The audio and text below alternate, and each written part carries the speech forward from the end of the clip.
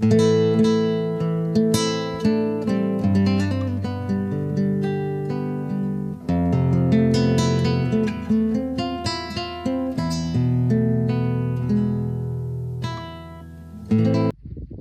folks, this is Travis of Elliston Equine Solutions, partnered with the Clopton Cow Company down here in Arizona, and it sure is a pleasure having you tune into my channel. Today's topic is going to cover the get down rope on a Hackamore setup or a snaffle bit setup off your Mecate, or some people call it Mecate. So that's today's episode. What do I do with it now? And we're going to show you. I'm going to show you some horror stories about it, what it's there for, and how to utilize it while riding, and there's some thoughts behind it. Now you'll see some pieces of equipment here. Normally a Mecate normally comes into a 16-foot length all the way to 24-foot length. They're made by a plethora of different type of materials out there. Some are normal yachting rope, such as this. Some can be made out of parachute cord, and this, my friend Brevin, he has a channel on YouTube. I'll put on a link on this channel, but this is made out of parachute cord. And this is normal horsehair. Now horsehair can go on a snaffle bit set up on slobber straps, or you could just put it right on your Hackamore like I have it displayed here. Now diameters vary on a Hackamore, because normally tradition states if you got a 5/8 Balzel, you want the same diameter on your Mecate. So the diameter could be anywhere from 3/8 up to a 1/2 inch diameter. So if you go up to here, normally these are 5/8 to a 1/2 inch diameter on your Mecate range used for your snaffle bit. Now traditionally, a snaffle bit setup has a length of 20 feet, length of 20 feet. Because all it's going to do is go right through the slobber straps, and that's it. Where it's normally a length of 22 feet, 24 feet on your tie up on the Balzel of your hack. Okay, because you got to use more length of the rope to create what you need for working space. All right, so besides parachute and yachting, you have mohair out there. You got alpaca, cordillera, which is nothing but goat hair, put together. So like I said, there's a whole bunch of different types of material being used for your Mecate reins. Now you can see on demonstration up here, what I like to do is when you pull this down the Mecate, and this is only part one, I'm only going to cover this briefly because there's going to be more to this later on this setup. So when I pull this off, you'll see I have my get down rope, or some people call it lead rope. I have a daisy chain. I do that so I can find right away where my loop is for my reins. And then I get to the horse, I just pull it, boom, I have it. Okay, so that's something that's handy for me that I like to do. I want to do that to my horsehair, but if it's parachute cord or if it's yachting cord, I'll go ahead and put a daisy chain on it. All right, so now we're going to move on to the main portion of this, the meat and potatoes of the get down rope, or some people call it the lead rope off their Mecates. So I'm going to go ahead and put this on gunner real quick, and we're going to demonstrate how to wear it and where to put up if you don't want to wear it on your saddle and so forth. So here we go. I've already put the headstall of the horse on. You can see I'm still daisy chained here. I got secured down. What I like to do with the reins is I just take them over the horn, and I just create a flip right here to go around the horn. This will keep the head from dropping so far that the reins just slide over top of its head. You don't want that. So always try to do this over your horn. Now I'm at this spot, what I'll do is now I could just pull my daisy chain and lengthen my rope out, my get down rope, okay? Now, like I said, the story of this is, now I have my get down rope, what do you do with it? Well, there's a few things you can do with your get down rope if you decide to ride. One thing is you can go ahead and create a clove hitch. And I showed how to do this in another video, okay? So my get down rope is secured like that. I can go ahead and get on. All right, so that's one way to do it. Another way you can do it, and I don't really like this technique at all, because a lot of times I do a lot of roping. So you'll probably never really see me with this technique if you are roping. It takes too much time to undo it and so forth. So there's two ways I'll do it. Is I'll probably put it on my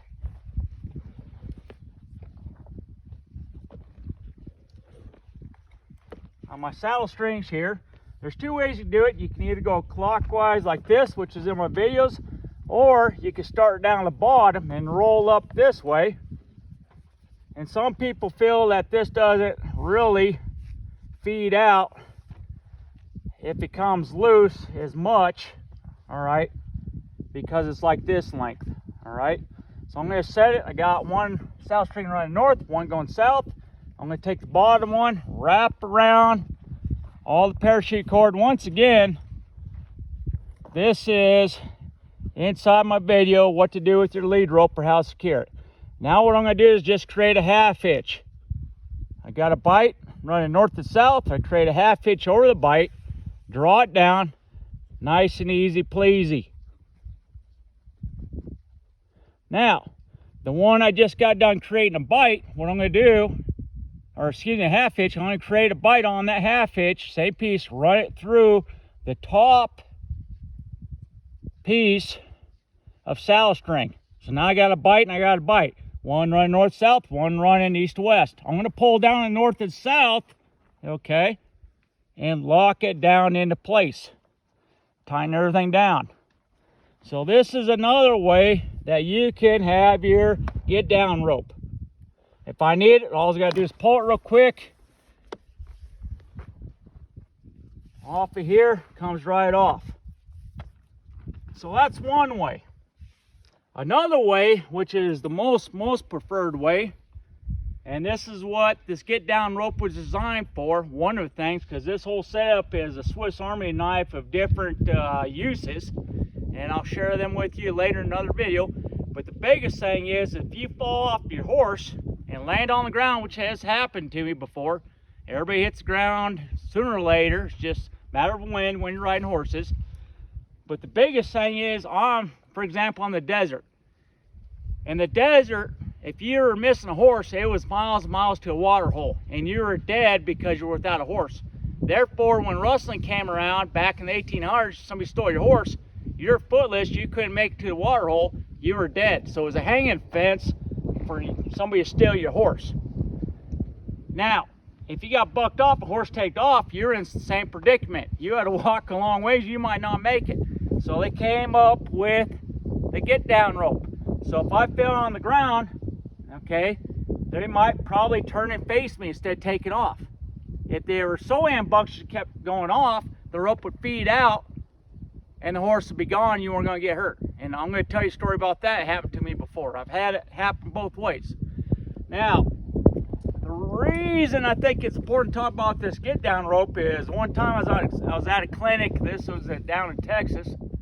Lady comes up to me and goes, I would never have that lead rope down in your belt like you have. And that's what I'm going to demonstrate to you. I said, ma'am, what do you mean? She goes, well, we just had a child get drugged across the desert and die.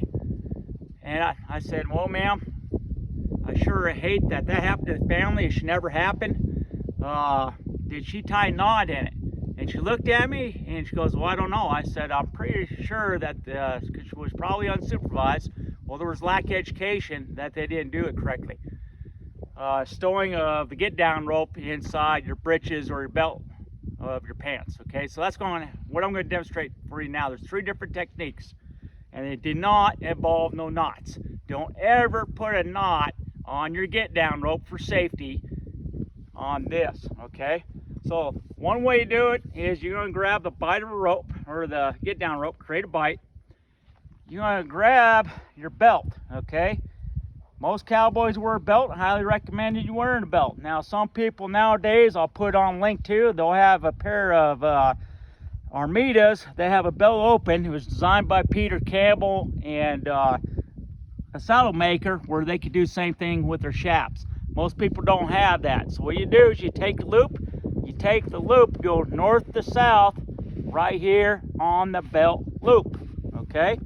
And you let it drop. What happens is, if you get an emergency, notice there's no knot, it pulls out, it gets away. So that's one way you could do it. Second way you can do it is same thing. You create a bite. Take the bite, grab your belt, run it up through the belt, north to south, okay? It's just a different way of doing it. Same thing happens. Needs to go, it gets jerked out. Third way, if you got a 16-footer or shorter length of get down rope here, what you can do is just take the bitter end, run it north to south down your belt like this, okay? Same thing's going to happen. Same thing's going to happen, okay?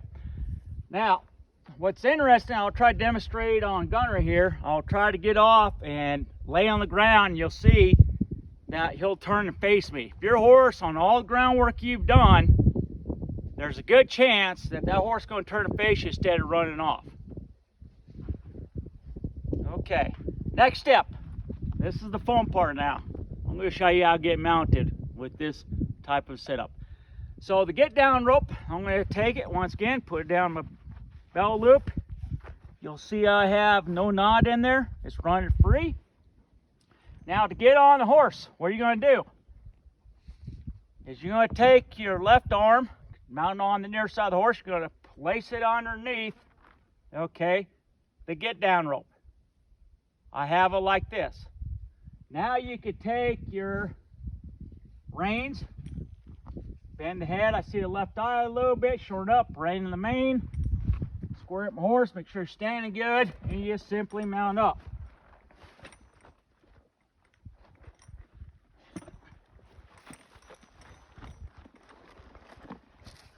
Once I'm on top, and I do have video on how to mount, I'm going to open up my reins, stake, take my get down rope, put it over top of my horn.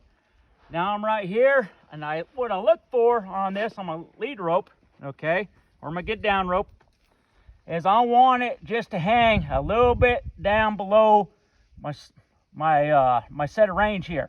You see his 2 fingers, so that's a pretty good area. And I know my slobber straps north to south. I'll bring it up, the horse knows about ready to do something. Go back, I know it's the right spacing. Now, one caution, if you are in thick brush, you might not want to get this set up. I might get tangled up in thick brush, okay? If you're brush popping, this might not be the best thing. You gotta remember, this setup was designed for flat desert areas. It was designed for rolling prairie grass and not going up into the mountains, getting caught with branches through open loops and so forth. So you have the responsibility as a rider to determine when to use this setup. I really like this setup, but there's going to be times I might need split reins, okay, to go through the brush. So use great responsibility, self-responsibility to decide what type of tool you're going to use. Now, you'll see this setup is on my left-hand side.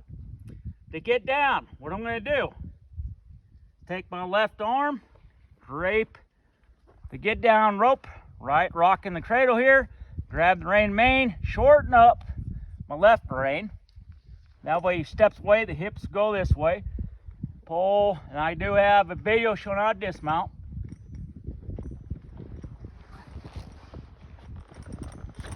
Okay, so I get down, now I have control. Once again, crisscross my reins, have them right up there. So that's one way to get on a horse with this lead rope. Here's the second way you can get up on a horse. You repeat the same thing. Approach the horse here at the shoulders, but this time instead of using the reins, I'm going to use my get down rope. This one's real easy. I'm not even going to use the reins. I grab the rein in the mane, the horse decides to move. I can automatically control what's going on because I have what? I have the get down rope. So sometimes it's a lot safer to get on using the get down rope than it actually does using the reins, okay? If I fall down the ground, I don't have to be trying to find this thing if I fall down because I automatically have it. So it's oranges and apples, ladies and gentlemen, what technique you want to use. But I'm going to show you this.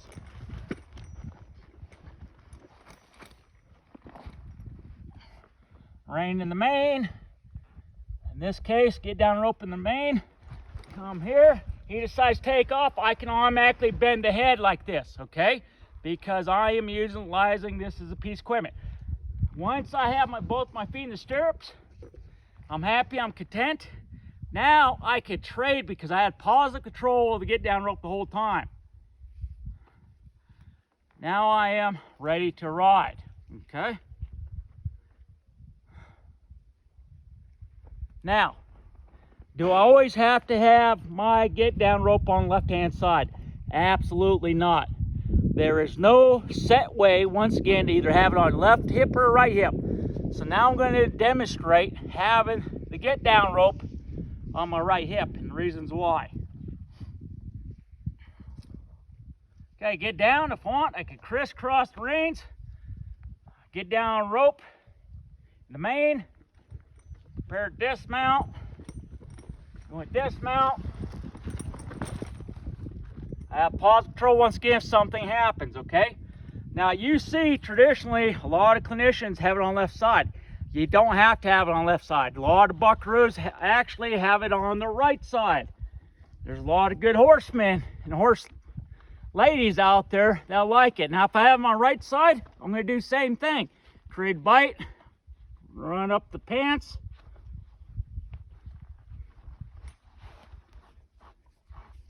And it's the exact same procedures, but I'm going to tell you a difference why a lot of people do it this way.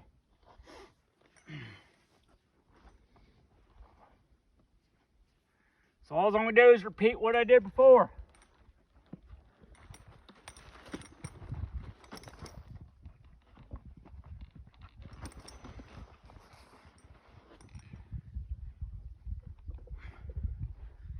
Okay, put this over on this side. Pick up my reins. I'm good to go. I have it right on this side. You'll see I'll adjust everything. This is how you do your adjustments. I don't like where it's sitting, so I pull a loop. So it's like this, okay? Real easy pleasy. And we'll talk about later how to hold the reins on the Mecate or the Mecate, some people call them, all right? Now, the reason some people ride on the right-hand side or put it on the right side hip is when they dismount, they got a cow already roped and stuff. What they could do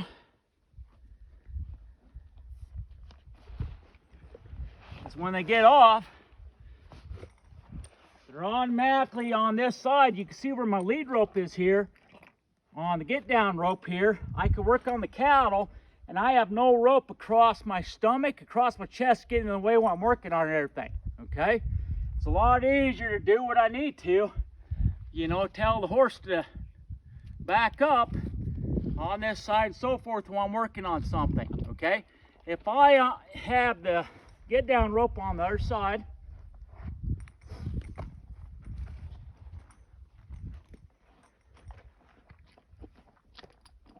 so what I'm trying to tell you, ladies and gentlemen, is it's up to you what technique you like. I'm just trying to get you educated so you can have a solution, okay? Now let's say I get off the horse, I go running. Where's my lead rope?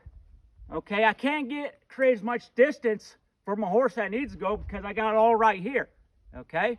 Sometimes if I don't want it across my chest get down, then I got to do this number, okay?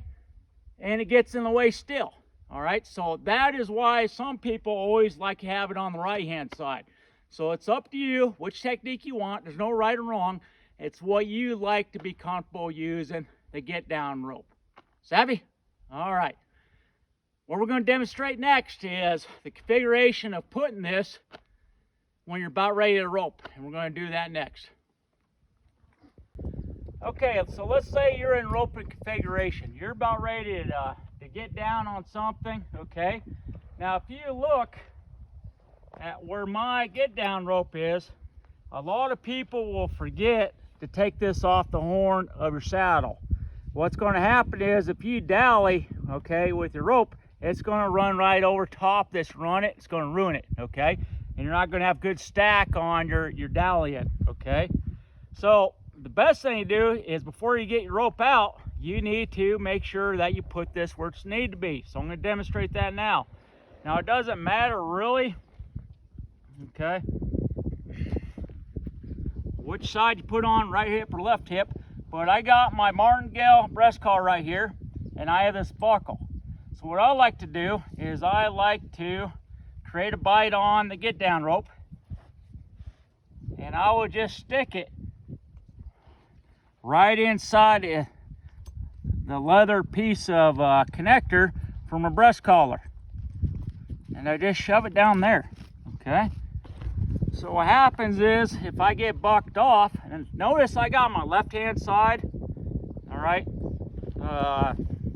so that's one thing I would caution you, even though I said left side or right side, because you might be a left-handed roper, you might be a right-handed roper. I'm a right-handed roper, so my get down rope is going to be a left-hand side, because I don't want to get caught on the right side if I'm roping, okay, with my rope here. Okay, so what's nice is if I follow the saddle, it's just going to pop out like this when I'm on the ground, and I just cleared space for my get down, or excuse me, for my rope to be able to wrap some dowlies or run rope on my mule hide there, in this case my elk hide.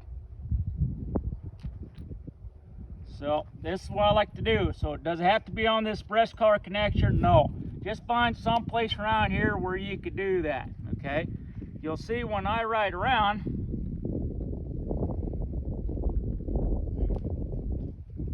it doesn't really get in the way, okay, at all. So it's right there, it's real easy. I'm just easy pleasy with my horse. Nice and easy pleasy, okay? It's not that big of a deal. Okay? So that's why I just want to share with you. You see it's not on this side, so when I rope, because I'm right-handed, it's not going to get caught up. So that's what I want to share with you on that technique. What I'm going to demonstrate now is if I fall off, the horse going ahead and turn it and facing me. So I'll make the horse run off and hit the ground where I'm safe. Now I'm turning face and give a demonstration, okay? So that is coming up next. Alright folks, so if I'm riding and I just happen to fall off or whatever, what the setup is that when you automatically fall and I'm pushing this guy, okay, if I fall off, he's going to automatically stop. But if I automatically come off, okay, and I fall off, look what happens to my lead rope. Okay, it falls right out of my belt. Now he felt it on there, he's automatically turning face, he's not running down the desert. He's doing what he's supposed to do, okay? Good boy. Now you'll see a video out there, it's called Follow Feel, and I do this a lot with the horses in my groundwork. I'll teach them, I'll start on their body, have them turn the face, and then I'll work up on the horn, right up here on the horn, doing the same thing, have them turn and face me, okay, putting a rope up there. That is one of my videos, learn that, you can see what happens, okay? Now, same thing, if a belt tugs enough, like he's seen it, it felt the tug coming out, most time they're just going to turn the face. Most time they're not even going to back away because they feel it so close that it won't even have a chance to pop out. Now, like I said before, this is the interesting, funny story. I was down in Missouri, outside of Crocker, Missouri, had some friends riding, and we're going up on this grassy knoll, and there's a big pond off to the left, and there just happened to be all kinds of ducks on this pond and everything, and the grass was going all the way up to the shoulder of the horses, okay? It was tall, thick grass. I mean, it was springtime. So I'm riding my horse, and I'm looking because I'm thinking there's some ducks right there. The ducks are what's going to spook my horse. So I'm riding, matter of fact, it was Bella I was riding that time. So I'm riding, I'm looking at the ducks, and then all of a sudden it looked like a grizzly bear jumped out of the ground, came up underneath my horse's neck right here, Bella's neck, came up, knocked my cowboy hat off, and because I was looking this way, my body position's off, and what it was a turkey came up underneath the grass, scared the crap out of Bella. I fall off the horse, my horse takes off running, and guess what happened? This came right out, slipped out. Horse went all the way down to the ranch house, and all my friends are sitting there laughing at me, especially Tammy Bowling, because I had to ride double with her, okay? She thought it was hilarious. I didn't get hurt. You know, I ate some humble pie. It wasn't that big of a deal. The key point is, if I had a knot in there, it probably would have turned out differently, okay? So now you've seen the setup on a halter and snaffle bit, the slaughter strap setup. I'm going to demonstrate the same thing with the Hackamore setup. Here we go. All right, ladies and gentlemen, so I already showed you a snaffle bit setup, and now I'm showing you with the Hackamore setup. So I got my get down rope here. I have my reins crisscross on top of the horn like I stated before. There's no difference to anything. Okay, I can just take my my lead rope right here, or as we say, the get down rope. Create my bitter end, because this is a lot shorter as you can tell. And I'm just going to run it north and south down my belt. And I just do exactly the same thing I've done before. Okay, there's no difference between a Hackamore setup and the Mecates, okay? It's all the exact same, okay, on the two setups, whether it be the snaffle bit or the Hackamore. It's the exact same setup using the get down rope. So I hope this helps you out, ladies and gentlemen. You can see exactly the same. There's no difference. I hope this helped you out. I hope it answers a lot of questions that you might have of what to do with the lead rope and now what. Now, I will have a video in the future talking about this whole setup a lot more in depth of why we really like the Mecate and what we could do with it, okay? It's real easy. It's easier making flapjacks once you get the hang of this stuff, and it's just beautiful to utilize, all right? So I hope this helps you out once again. Now you have the education, you gain the knowledge to become a solution. Take care now, like my channel, hit subscribe, and please follow me. Adios now, until next time.